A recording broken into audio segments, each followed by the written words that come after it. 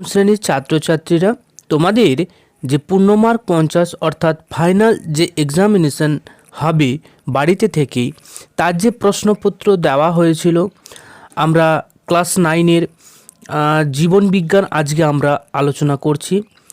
ঠিক আছে, এর পূর্বেও কিন্তু আমরা বাকি সমস্ত বিষয়গুলোর যে পূর্ণমার্ক 50 সেই বিষয়গুলো আলোচনা করেছি। তার লিঙ্ক কিন্তু আমি ডিসক্রিপশন বক্সে দিয়ে দিয়েছি, সেইখান থেকে তোমরা দেখে নিতে পারো। তো এইখানে প্রথম যে প্রশ্নটি রয়েছে, প্রতিটি প্রশ্নের সঠিক উত্তর নির্বাচন করে তা ক্রমিক সংখ্যাসহ বাক্যটি সম্পূর্ণ করো। আশা করি এতদিনে তোমরা বুঝে গেছো যে কিভাবে এমসিকিউ প্রশ্নগুলো লিখতে হয়। তো এমসিকিউ প্রশ্নগুলোর ক্ষেত্রে আরও একবার বলে দিই, প্রথমেই তোমরা প্রশ্নটিকে টুকে নেবে। টুকে নেওয়ার পর অর্থাৎ যে অংশটি আমি দাগ দিয়ে দিলাম সেই অংশ টুকে নেওয়ার পর যে অপশানটি সঠিক হবে সেই অপশানটির দাগ নাম্বার সহ লিখে নিতে হবে। যেমন এইখানে দেখো একের দাগের যে পর্বের প্রাণীদের মধ্যে যে কোয়াব্লাস্ট যে কোষ দেখা যায় তা শনাক্তকরণ করো। তো এখানে সঠিক উত্তর হবে টেনোফেরা। ঠিক আছে, তো গয়ের অপশানটি সঠিক, তাই এখানে গয়ের দাগ দেবে, দিয়ে তোমরা এখানে লিখে দেবে টেনোফোরা। ওকে, গয়ের দাগ দিয়ে কিন্তু টেনোফোরা লিখতে হবে। ক্লিয়ার? এর পরের যে সেকেন্ড প্রশ্নটি রয়েছে দেখো, নিচের বক্তব্যগুলি পড়ো এবং সঠিক বক্তব্যটি চিহ্নিতকরণ করো। তো এইখানে সঠিক যেটা উত্তর হবে তা হবে ব্যক্তিবীজির প্রধান উদ্ভিদটি রেণুধর। ঘ অপশানটি এখানে কারেক্ট হয়ে যাবে। ঠিক আছে, এরপর 1-3 যে জোড়টি সঠিক নয়, এখানে অবশ্যই এটা কিন্তু দেখবে সঠিক নয়। ঠিক আছে, অনেক সময় কি হয় আমরা তাড়াহুড়ো করতে গিয়ে সঠিকটাকেই মেরে দিই দাগ, কিন্তু সেটা করলে হবে না। এখানে ভালো করে প্রশ্নটি পড়বে। ঠিক আছে, তো এখানে সঠিক জোড়টি নয় তা হবে গয়ের অপশান। স্ক্লেরেনকাইমা কলা জীবিত কোষ উপস্থিত, এই গয়ের অপশানটি এখানে সঠিক নয়, কিন্তু আমাদের প্রশ্নের ক্ষেত্রে এটা কিন্তু সঠিক। ঠিক আছে, এরপর আমরা 4-এর দাগের যে প্রশ্নটি রয়েছে দেখো, যে জোড়টি সঠিক নয় সেটি নির্বাচন করো। এখানেও কিন্তু নয়, সঠিক নয়। ঠিক আছে, তো এইখানে সঠিক উত্তরটি হবে আমাদের যে উত্তর 1-4 তা হবে ঘয়ের অপশন অর্নিথিচক্র অ্যামোনিয়া সংশ্লেষ। এরপর 1-5 সঠিক বক্তব্যটি নিরূপণ করো। 1-5 সঠিক উত্তর হবে গ লিম্ফোসাইট অ্যান্টিবডি সংশ্লেষ করে রোগ প্রতিরোধের সাহায্য করে। ক্লিয়ার? এরপর 1-6 দাগের যে প্রশ্নটি রয়েছে, প্রজাপতির রেচন অঙ্গটি চিহ্নিতকরণ করো। তো 1-6 সঠিক উত্তর হবে খ ম্যালপেজিয়াম নালিকা। ঠিক আছে, এরপর 1-7 বাষ্পমোচন সংক্রান্ত সঠিক বক্তব্যটি নিরূপণ করো। তো 1-7 সঠিক উত্তরটি হবে খ বায়ুপ্রবাহ বৃদ্ধি পেলে বাষ্পমোচনের হার বৃদ্ধি পায়। এরপর 1-8 নিচের যে জোড়টি সঠিক তা স্থির করো। তো এইখানে সঠিক উত্তর হবে গ রসের উৎস্রোত জাইলেম কলা। এরপর শেষ যে প্রশ্নটি রয়েছে 1-9 নিচের যে বিশেষ সংযোগী কলাকে রিজার্ভড স্পেসমেকার বলা হয় সেটির কি? তো এইখানে সঠিক হবে এসএ নোড, অর্থাৎ ক অপশানটি সঠিক। ক্লিয়ার? এরপর 2-এর দাগের যে প্রশ্নটি রয়েছে দেখো, নিচের বাক্যগুলোর শূন্যস্থানগুলোতে উপযুক্ত শব্দ বসাও। 2-1 সূর্যালোকের ড্যাশ কণা শোষণ করে ক্লোরোফিল সক্রিয় হয়। এইখানে উত্তরটি হয়ে যাবে ফোটন কণা। ফোটন কণা। তারপর 2-2 এ গ্রুপের ব্যক্তির রক্তে ড্যাশ অ্যাগ্লুটিন থাকে। তো এইখানে উত্তরটি হয়ে যাবে অ্যান্টি বি,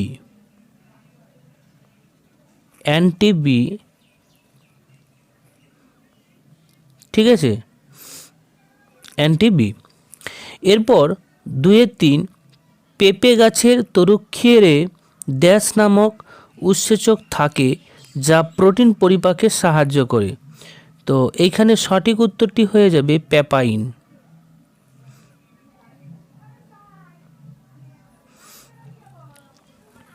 ঠিক আছে, এই হচ্ছে তোমাদের 2 দাগের উত্তর। এরপর আমরা 3 দাগের যে উত্তরটি রয়েছে, প্রশ্নগুলো রয়েছে, নিচের বাক্যগুলো সত্য বা মিথ্যে নিরূপণ করো।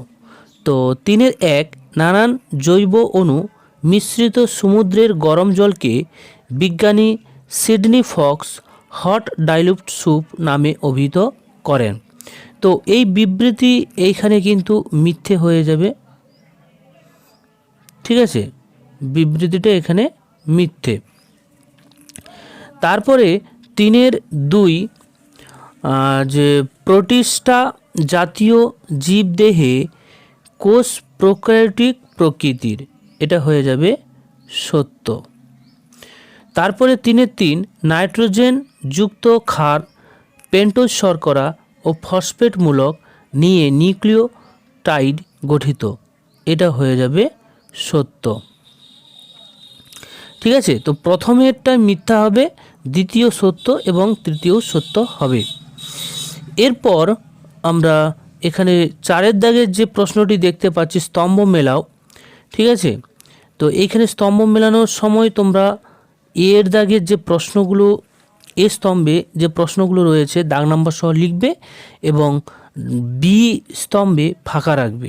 যেটা মিল খাবে সেটাকে আমরা সাজিয়ে লিখব পাশাপাশি। ঠিক আছে, তো এইভাবে খাতাতে করবে। আমি এইখানেই দেখিয়ে দিচ্ছি তীর দিয়ে, তোমরা কিন্তু তীর দিয়ে দেখাবে না। ওকে, তো 4-1 অ্যাথ্রোস্ক্লেরোসিস, এটা হয়ে যাবে সি অপশনের সঙ্গে কারেক্ট। অর্থাৎ এখানে আমরা দিয়ে দিতে পারি 4-1, বা আমরা তীর দিয়েও এখানে দেখিয়ে দিতে পারি। ঠিক আছে, এরপর 4-2 পতঙ্গ, তা কিন্তু হয়ে যাবে ট্রাকিয়া। ঠিক আছে, এইখানে আমরা 4-2 দিয়ে দেব। তারপর 4-3 পত্ররন্ধ্র, এটা হয়ে যাবে বি রক্ষীকোষ, এইখানে আমরা 4-3 দিয়ে দেব। ক্লিয়ার? তো এইভাবে তোমরা করবে। এরপর 5 দাগের একটি শব্দ বা একটি বাক্যে উত্তর দাও, এইগুলো দেখব আমরা। 6 দাগের প্রশ্ন রয়েছে 2-3টি বাক্যে উত্তর দাও। 7 দাগের প্রশ্ন রয়েছে তোমার দীর্ঘ প্রশ্ন। ঠিক আছে, তো এগুলো সব কটারই উত্তর আমরা একটা একটা করে দেখে নেব। 5-1 ভাজক কলার একটি কাজ উল্লেখ করো। তো এখানে উত্তর লিখে দেবে, ভাজক কলার কোষগুলি ক্রমাগত মাইটোসিস পদ্ধতিতে বিভাজিত হয়ে কোষের সংখ্যা বৃদ্ধি করে ও উদ্ভিদের বৃদ্ধি ঘটায়। এছাড়াও ভাজক কলার কোষ থেকে স্থায়ী কলার উৎপত্তি ঘটে। এরপর আমরা চলে যাব 5-2 বিষ সাদৃশ্য শব্দটি বেছে লেখো। এখানে রয়েছে পেপসিন, লাইপেজ, ট্রিপসিন, ইরেপসিন। তো এখানে বিষ সাদৃশ্য যেটি হবে সেটা হচ্ছে লাইপেজ। এরপর 5-3 যে প্রশ্নটি রয়েছে, নিচের সম্পর্কযুক্ত একটি শব্দ জোড় দেওয়া আছে। প্রথম জোড়টির, জটিল হবে না, এখানে জটিল হবে না, জোড় হবে। প্রথম জোড়টির সম্পর্ক বুঝে দ্বিতীয় জোড়টির শূন্যস্থানে উপযুক্ত শব্দ বসাও। তো নাইট্রোজেন যুক্ত রেচন পদার্থ যদি কুইনাইন হয়, তাহলে নাইট্রোজেন বিহীন রেচন পদার্থ হবে গদ। এরপর 6-1 দাগের যে প্রশ্নটি রয়েছে, এই পর্বের প্রাণীদের দেহ আংটির মতো ছোট ছোট খণ্ডক নিয়ে গঠিত। পর্বের নাম, এখানে পর্বতের হয়ে গেছে, এখানে পর্বের নাম হবে। পর্বের নাম ও একটি বৈশিষ্ট্য লিখো।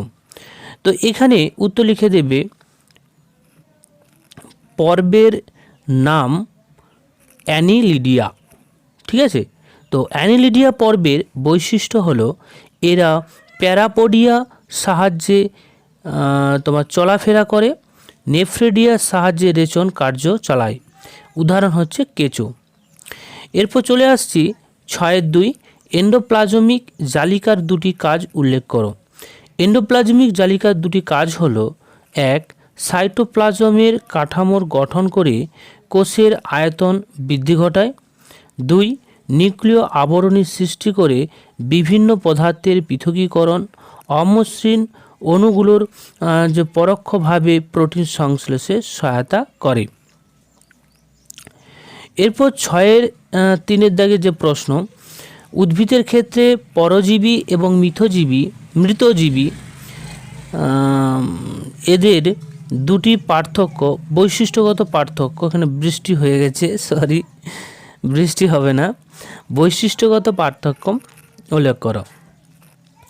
তো এখানে এক পাশে তোমরা পরজীবী লিখবে আর এক পাশে মিথজীবী পুষ্টি। তো পরজীবী পুষ্টির 1 নম্বর লিখবে পুষ্টির জন্য সজীব পোষকের ওপর নির্ভরশীল। মিথজীবী পুষ্টি জন্য সহাবস্থানকারী দুটি ভিন্ন রকমের জীব পরস্পর নির্ভরশীল। 2.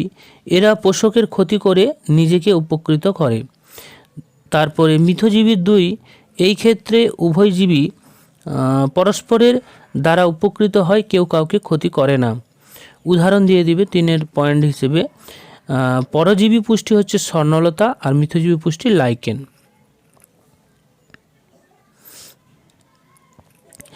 এরপর 6.4 সৌরশক্তি আবদ্ধকরণ রূপান্তরে সালোকসংশ্লেষের ভূমিকা ব্যাখ্যা করো। উত্তর লিখে দেবে পৃথিবীর সকল উদ্ভিদ উৎস হলো সৌরশক্তি। ঠিক আছে। তো সালোকসংশ্লেষে আলোর দশায় সবুজ উদ্ভিদের ক্লোরোফিল সূর্যালোকের ফোটন কণা শোষণ করে বিভিন্ন প্রক্রিয়ার মাধ্যমে এটিপিতে সৌরশক্তিকে রাসায়নিক শক্তি হিসেবে সাময়িকভাবে আবদ্ধ রাখে। একে বলা হয় সৌরশক্তি আবদ্ধকরণ। রাসায়নিক শক্তিকে রূপান্তরিত এই সৌরশক্তি পরে সালোকসংশ্লেষে উৎপন্ন গ্লুকোজের মধ্যে শৈতিক শক্তি হিসেবে সঞ্চিত হয়। একে বলে সৌরশক্তি স্থিতিকরণ শক্তিতে রূপান্তরকরণ। এটি সালোকসংশ্লেষের আলোক নিরপেক্ষ দশায় ঘটে থাকে। এইভাবে সালোকসংশ্লেষে আলোচিত 2 ধাপে সৌরশক্তি খাদ্যস্থ শৈতিক শক্তিতে পরিণত হয়। এরপর 6.5 মুখবিবরের কিভাবে শর্করা জাতীয় খাদ্য পরিপাক করে তা বিশ্লেষণ করো। উত্তর লিখে দেবে মুখছিদ্র মুখবিবরণ খাদ্য পরিপাকে সাহায্য করে। প্রথম পয়েন্ট দেবে মুখবিবরে অবস্থিত যে বিভিন্ন প্রকার লালাগ্রন্থি শ্বেতসার জাতীয় খাদ্য পরিপাকে সাহায্য করে। 2. খাদ্য যে কাটতে ইনসাইজার এবং ছিঁড়তে ক্যানাইন ও চিবোতে ও গুঁড়ো করতে প্রিমোলার মোলার দাঁত ব্যবহৃত হয়। 3. জিভের স্বাদকোরক স্বাদগ্রহণে সাহায্য করে, খাদ্য গিলতে জীব সাহায্য করে। এইটুকু লিখলেই হবে। এরপর 6.6 কোষ থেকে কোষে পরিবহনে ব্যাপনের ভূমিকা উল্লেখ করো বা আলোচনা করো। তো এইখানে উত্তরটি লিখে দেবে 1. মাটি থেকে শোষিত কৌশিক জল ব্যাপন পদ্ধতির দ্বারা মূলের কোষগুলি দিয়ে জাইলেম বাহিকা অবহিত পৌঁছায় এবং মূল দ্বারা শোষিত এই জলই উদ্ভিদের পরিবহনের মাধ্যম। 2. বাষ্পমোচনের সময় পত্ররন্ধ্র পথে জল বাষ্প আকারে ব্যাপিত হয়। এর ফলে পাতায় ব্যাপন চাপের ঘাটতি ঘটে।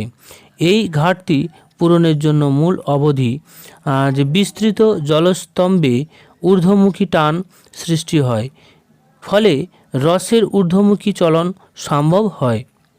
3. উদ্ভিদের কোষে উৎপন্ন হরমোন খাদ্য ইত্যাদি জলে দ্রবীভূত অবস্থায় ব্যাপন পদ্ধতিতে সারা দেহে পরিবাহিত হয়। এবং 4. খনিজ পরিপোষক মূল হিসেবে ব্যাপন পদ্ধতিতে শোষিত হয়। 5. শোষণ ও সালোকসংশ্লেষের জন্য প্রয়োজনীয় যথাক্রমে অক্সিজেন, কার্বন ডাইঅক্সাইড গ্যাসের কোষান্তর পরিবহন সম্পূর্ণরূপে ব্যাপনের ওপর নির্ভরশীল। এরপর 6.2 একাইনোডার্মোটা পর্বের দুটি শনাক্তকারী বৈশিষ্ট্য উল্লেখ করো। তো এখানে লিখে দেবে শনাক্তকারী বৈশিষ্ট্য 1, দেহ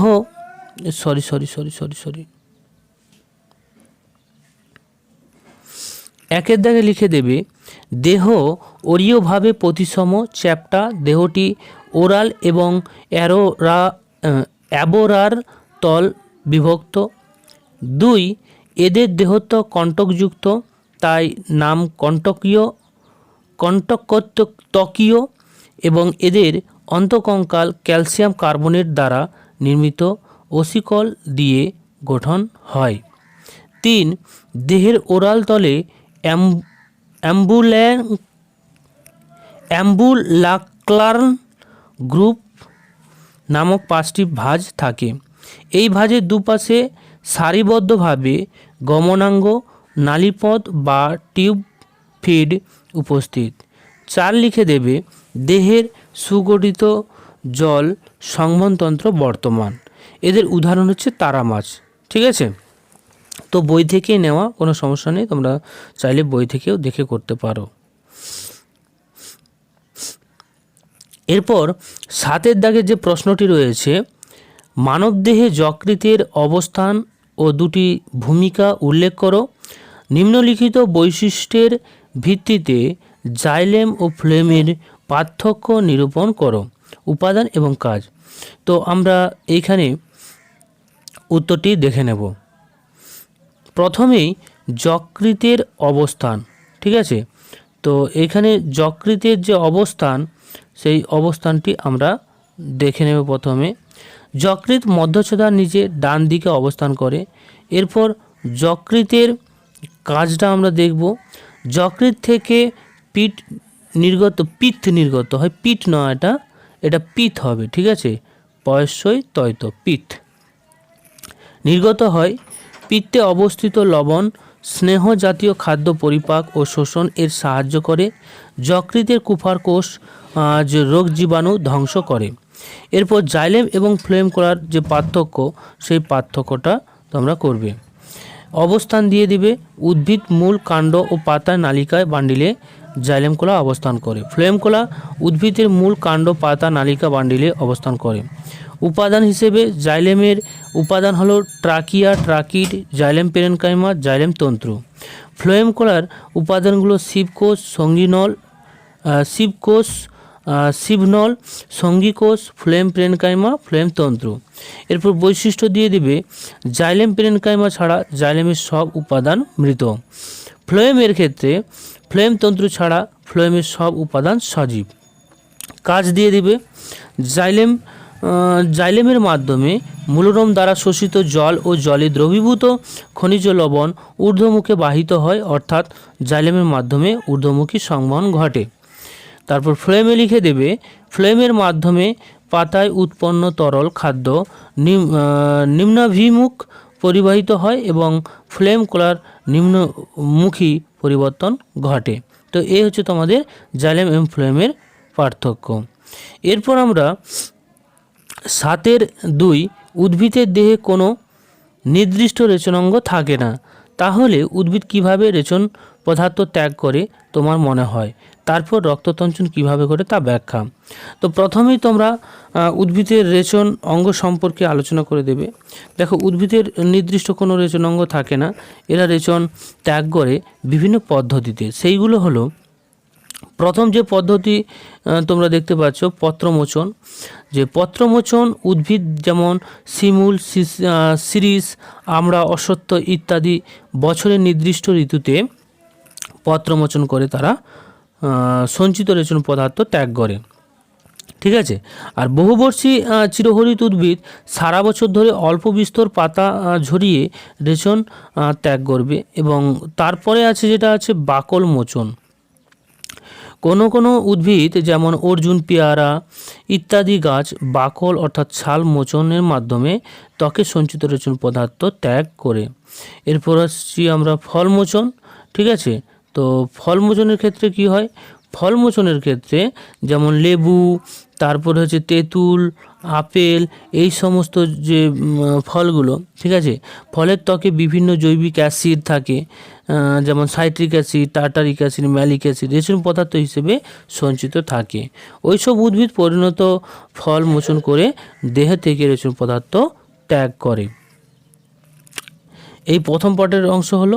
এরপর রক্ততঞ্চনের বিভিন্ন পর্যায়।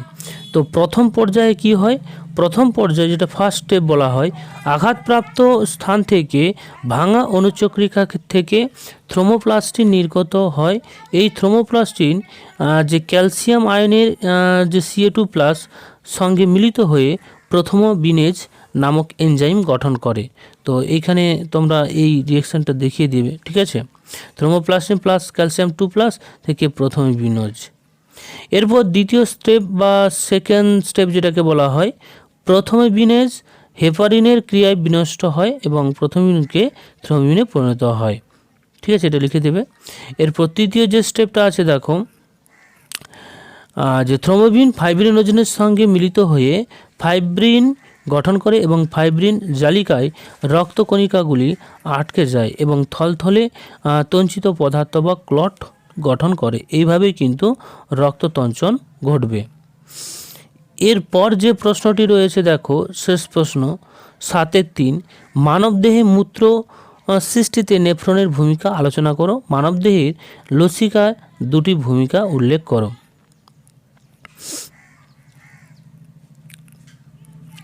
মানবদেহে মূত্র উৎপাদন নেফ্রন মূলত 4টি বিশেষ পদ্ধতিতে সংগঠনের ফলে মূত্র তৈরি হয়, যেমন রক্তের যে পরাপরিস্রাবণ, রেশন পদার্থ মিশ্রিত রক্ত গ্লোবিউলাসে এলে রক্তরসের প্রোটিন এবং রক্তকণিকা বাদে বাকি অংশ ছেঁকে ব্যাওম্যান ক্যাপসুলে প্রবেশ করে।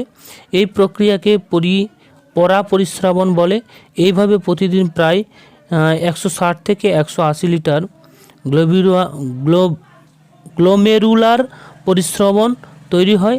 এতে জল, ইউরিয়া, ইউরিক অ্যাসিড প্রভৃতি নাইট্রোজেন ঘটিত রেশন পদার্থ, খনিজ লবণ, গ্লুকোজ, অ্যামোনিক অ্যাসিড প্রভৃতি থাকে।